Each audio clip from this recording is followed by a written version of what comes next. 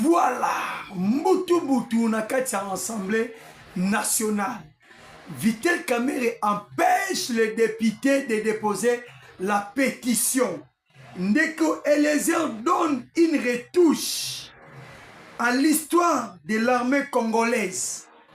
Mbote batata, mbote ba mama, de partout où vous êtes, bino obozali ba internaute obolanda kabiso tango nyonso, bo pesa kabiso pe confiance ya kozwa ba actualité na nzela na biso tozali ba communicateur na bino.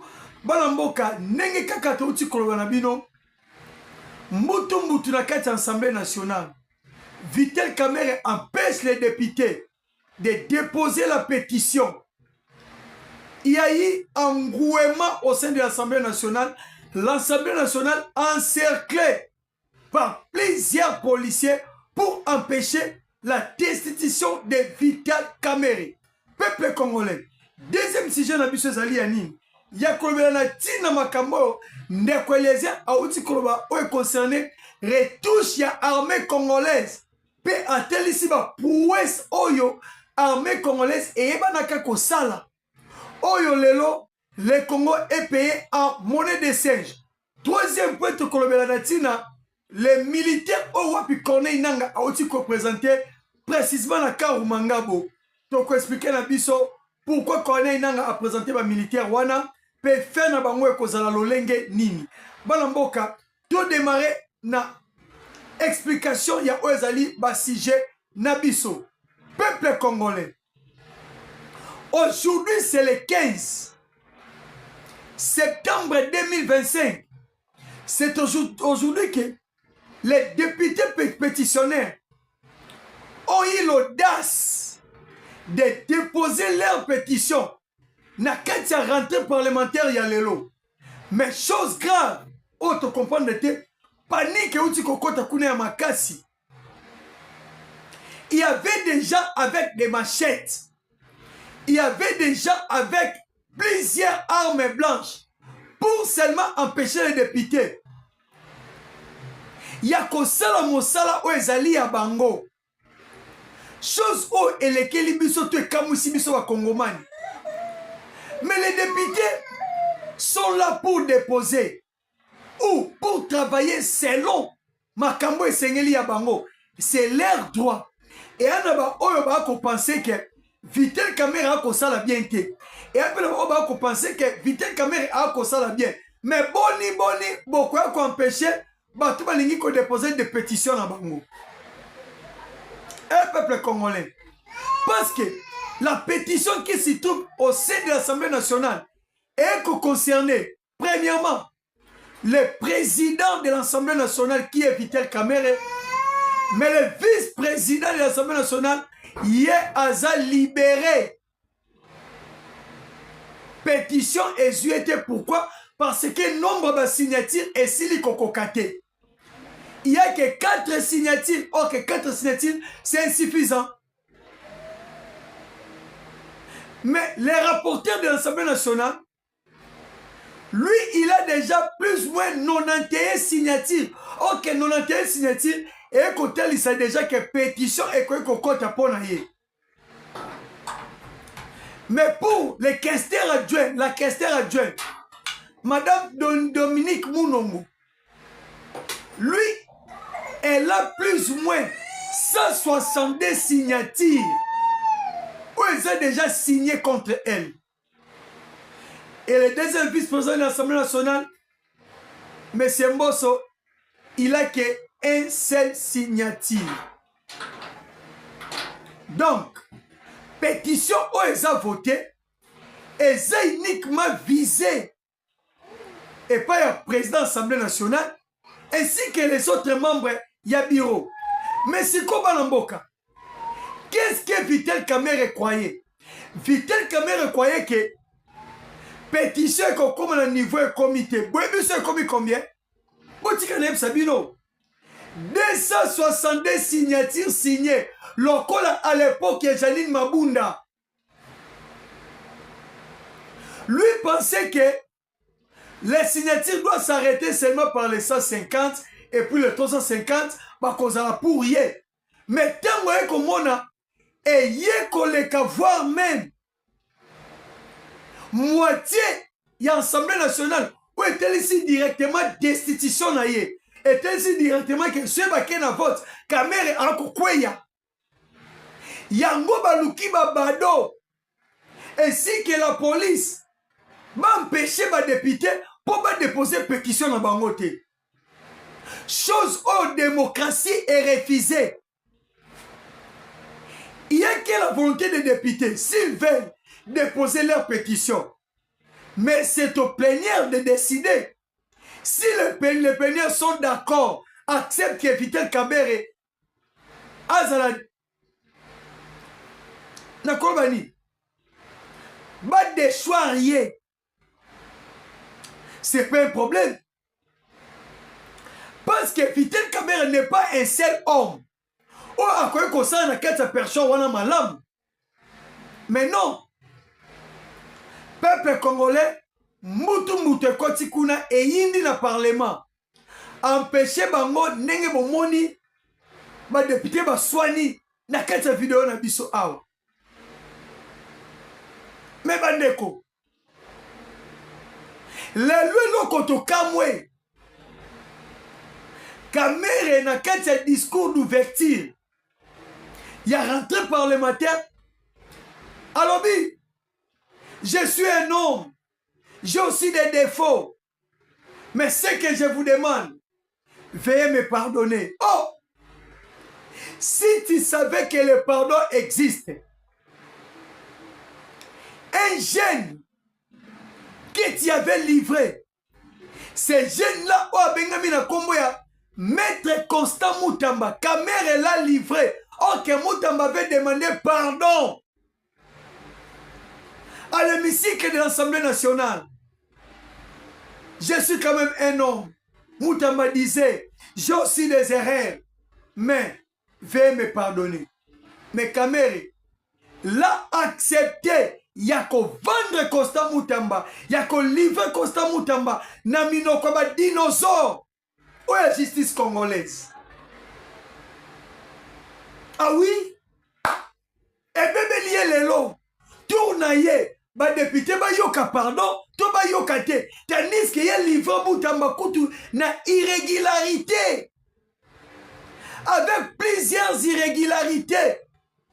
Na violation, il y a règlement d'ordre intérieur, il y a Assemblée nationale. Oh ba peki si vote, et ça a amené les VT. Na makambo etali motion. De censure ou de défiance. Donc, on mettre Moutana en accusation. Mais le président de l'Assemblée nationale l'avait refusé, avait fait vote au Ezala qui précisément a mis levé uniquement pour la vendre Moutamba qu'on livrer. Aujourd'hui, maintenant, c'est ton tour. Le monde est un cercle. Le monsieur pensait que pendant qu'il est en train de vendre Moutamba, lui, il sera libéré. Lui, il sera à la merci de tout le monde. Mais aujourd'hui, où en sommes-nous? Où en sommes-nous?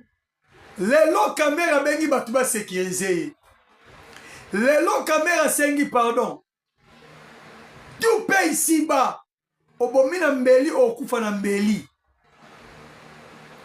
Et puis, peuple, comment les choses à savoir, et Zakakate, c'est l'homme à grief oyo, Crispé Mindoule, oh, Kwese Kamerhe Tisuka. Oh, lobby. Il y a aussi des dossiers de détournement. Oh, ministre Finance à Talissi, il y a dossier à 8 millions, il y a dossier à 5 millions. Pendant que Kamerhe ou Tia Kolobake, basant sur insuffisance.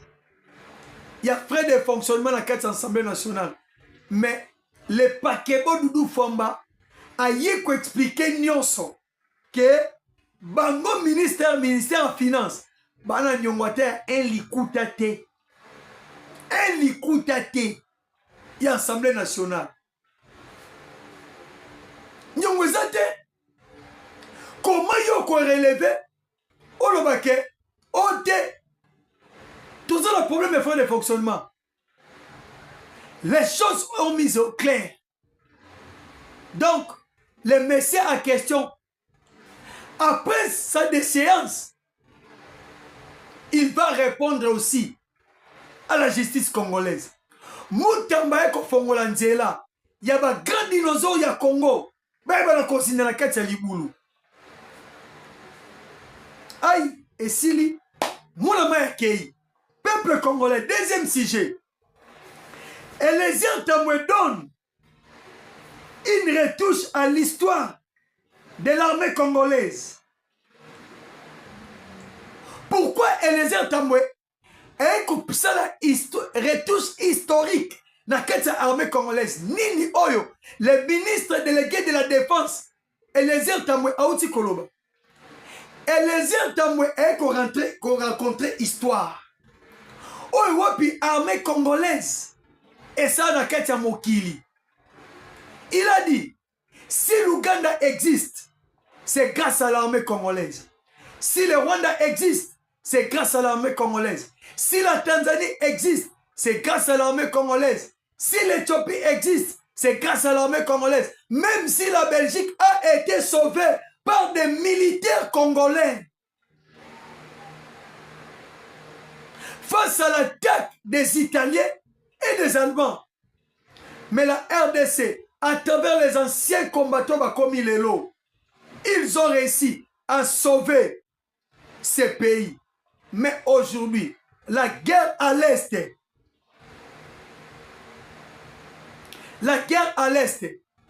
c'est le Rwanda, Otobikisa, pour exister.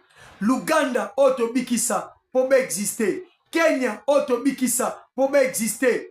Éthiopie, Otobikisa, pour exister. Bangonde basali front commun, Yakobundisa République démocratique du Congo. Peuple congolais. Bouti comment on a bololé à Corneille Nanga, a outi qu'on présentait biso 7437 militaires. Oh bah c'est si formation selon Bango, Nakaru Mangabo. Mais Banamboka, les 7000 là que vous voyez, il y a des Érythréens à l'intérieur. Il y a des Ougandais Nakati. Il y a des Somaliens Nakati. Il y a des Éthiopiens Nakati. Pourquoi? Parce que tous ces mondes-là sont des nélotiques. Et les nélotiques sont des peuples nomades. Ils n'ont pas la place habitée. Ils n'ont pas de la place. Il fait tout pour balkaniser la RDC et de récupérer une portion de terre de notre pays. Peuple congolais, soyez toujours vigilants. Nanga Obako est utilisé comme marionnette. Raison pour laquelle le président de la République avait dit: je ne peux jamais dialoguer avec des Congolais inféodés, tels que des Corneille Nanga, tels que des Joseph Kabila, tels que des Bissimois. La présentation de leur armée, c'est pour nous démontrer ou pour nous amener au dialogue. Mais Corneille Nanga au dialogue, Joseph Kabila au dialogue. Le président Tshisekedi avait parlé. Pas question avec eux au dialogue. Nous n'irons jamais ensemble avec eux. La patrie ou la mort, nous vaincrons. Mais le Congo a plus ou moins aujourd'hui 250 000 militaires. Est-ce que le Congo, le grand Congo que nous sommes, tokoye kobanga mboka oyo eza toba ena 7 000 militaires? Non. Il y a des matériels de guerre où ils ont toujours Kosomba. Vous avez vu le plan machiavélique où Babongi Saki pour na koluka comment kosali sa président crash na avion. Et ça qui peut avoir Rwandais, il y a M23, il y a Kagame na Kabila. Parce que leur mission était d'éliminer physiquement le président de la République. Parce que le président de la République l'a coincé jusqu'au bout. Il a refusé de dialoguer avec les Congolais inféodés. Alors pour Kabila, si le président Tshisekedi a comme un héros, pas de problème, mais il faut le tuer à tout prix. Banamboka, tous les calculs oyo bakosala mpona mboka na biso ekosimba te.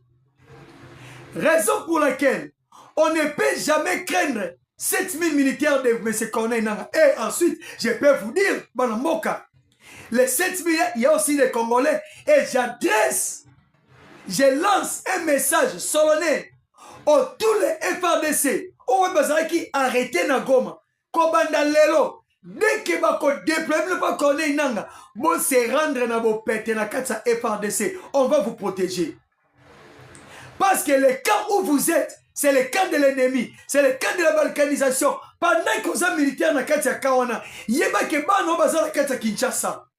Bano baza na Bandundu. Moi si nous dans le Congo central, famille na yo, eza précisément na Équateur. Et si koza, oza esclave, et puis un Rwandais avait dit, un soldat Rwandais, que to sala kanini, to zwakaba obazaba Congolais to tsaka bango na première ligne. Bango ba kufa pour biso tozala protéger. Et aba seko basala kabino. Dès que ba tsebla la première ligne d'attaque, dès que Pebo Lukamoebo se rendre na FRDC. Comme ça to dépeupler Kamonguna pour vous protéger ma famille na bino. Bo liker, bo commenter, bo partager massivement sur votre chaîne EK plus 243 TV. Peuple congolais, ne soyons pas distraits. À bientôt, il y aura la signature ou l'enterrement de l'accord minerai et sécurité. Mais ce que vous êtes en train de voir à Corneille Nangaa, c'est comme Jonas Savimbi. Nangaa et Joseph Kabila subira les mêmes sorts. Aujourd'hui, Kabila vient de dire que on tient un bandit politique. Oh, Kabila, il y a un bandit politique. Biso tu as déjà que existe en politique. Moi si l'on si funda Olive Lembe. Aloba, mon mari travaille en silence. Il travaille quoi? Il travaille la politique. Kabila fait la politique. Mais qu'est-ce que vous pouvez nous dire? Waneza vertige. Basalaka plan Fati alongwana 6 mois. Baeshua lelo 7 ans. À tout prix. Comme Kolukamutu a Fati. Yango tolobi boy. Il faut que tous les services de sécurité aux aéroports qu'ils soient être interpellés, arrêtés, emprisonnés. Comment le président peut faire dans les airs plus ou moins 40 heures, 40 minutes, il est toujours dans les airs. Et le DG, il y a air vert, abandi koluka moyen, abando samba, papa samba na nani, oko samba na justice. Parce que ezaki coup d'état mumba oyebane na kosali. Raison pour laquelle il faut que le président soit un dictateur modéré, un dictateur gentil. Pour babouzoba oh tout le monde est ngoli sous-souté. Vous savez perdre un président de la République. Tel le Congo dans Stade Toza. Mobutu a la guerre. Souffrance. Guerre si le côté de Congo et si la Kate. Mouzia Koufa. Boebi. Bonimbo Kezonga Kissima. Aujourd'hui, ton père de Tshisekedi. Non. Le titre de la République démocratique du Congo. Heureusement, gloire au Seigneur. Avec Tambolanangwa, avec Kimbangu. Kimbangu Saliba Èvre. Ah oui, peuple congolais. Il faut passer à la vitesse supérieure. Eh, arrêtez. S'il y a des ministres, il faut l'arrêter. Pourquoi pas laisser le président Sikwa Zalaki jusqu'à ce que bon, un disjoncteur pour remplacer. Banamboka, juste disjoncteur. 4 heures du temps. Disjoncteur. N'aéroport. Namboka lokola Congo. Ezate. Bon, on a décret à aventurier. Tout ça, on combat DG. yango na tika aska beta kabilo wa minduki ote okimi na Burundi boyeko dénoncer bandeko toza déjà vigilant ya kolandelaka makambo nyonso à la loupe mot par mot peuple congolais to monopoliser maloba te. Je pense que na mkwalelo to chitende nesiko. Que le Dieu de la République démocratique du Congo vous bénisse. Abonnez-vous, partagez la mère Mbembe et si vous avez na sosimat partagez émission na yo, abonnez. Puis vous savez na batba s'abonner. J'ai dit et je vous remercie. Bye, ciao.